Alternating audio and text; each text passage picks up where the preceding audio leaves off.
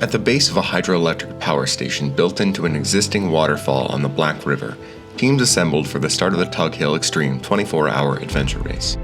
The first stage of the race was an 11 to 13 mile paddle down the Black River on the eastern edge of the Tug Hill Plateau. As it sometimes does, though, the weather took a turn for the worse as the race started. Persistent light rain, wind, and temperatures in the low 40s seemed to be a surprise to many teams who were in for a very cold paddle leg. This year, the event began with a paddle mass start. As soon as all the teams had found their start positions, the horn was sounded and they were off on an 11 to 13 mile paddle journey.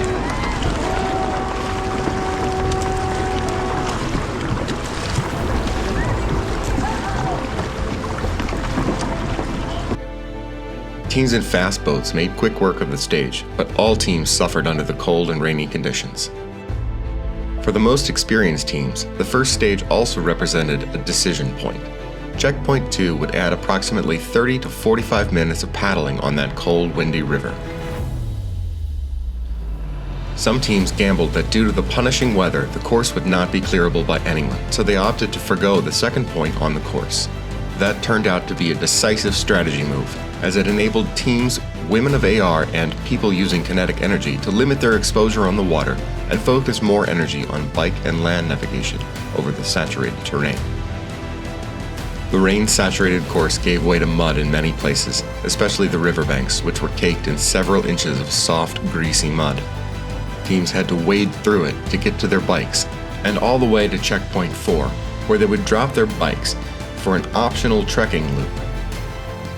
The ensuing bike stage contained an embedded trek loop that many teams decided to skip due to strategy or simply feeling too cold.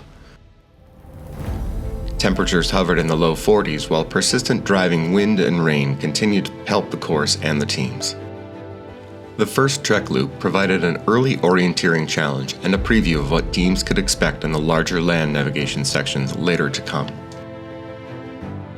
Into the night, the Tug Hill Extreme Adventure Race became a true test for teams. The navigation was tough. The terrain was subtle, and racers sank up to their thighs in thick, marshy ground. Many beaver dams lie undisturbed in this area, changing the landscape with each new season. The dams also provide more stable ground for racers to traverse this spongy area. To add to the challenge, much of this orienteering would need to be done in the darkness of a moonless night. Teams had a brief respite from the cold and wind, though, as they rode into Transition Area 3. At the end of a long, extremely sketchy, remote gravel road, organizers had set up a generous aid station with hot food and a fire for warming the frigid racers. At this point in the race, teams were wet, cold, and exhausted after getting pummeled by rain and the course all day. The overnight transition area is often a bit of a party, though. There's fire, hot food, and the treasure that lies within the gear bins.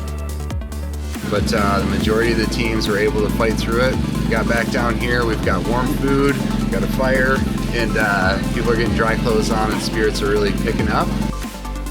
With time dwindling, 4 teams, Adventure Enablers, Mercator's Vert, Women of AR, and Team People Using Kinetic Energy were still fighting for podium places.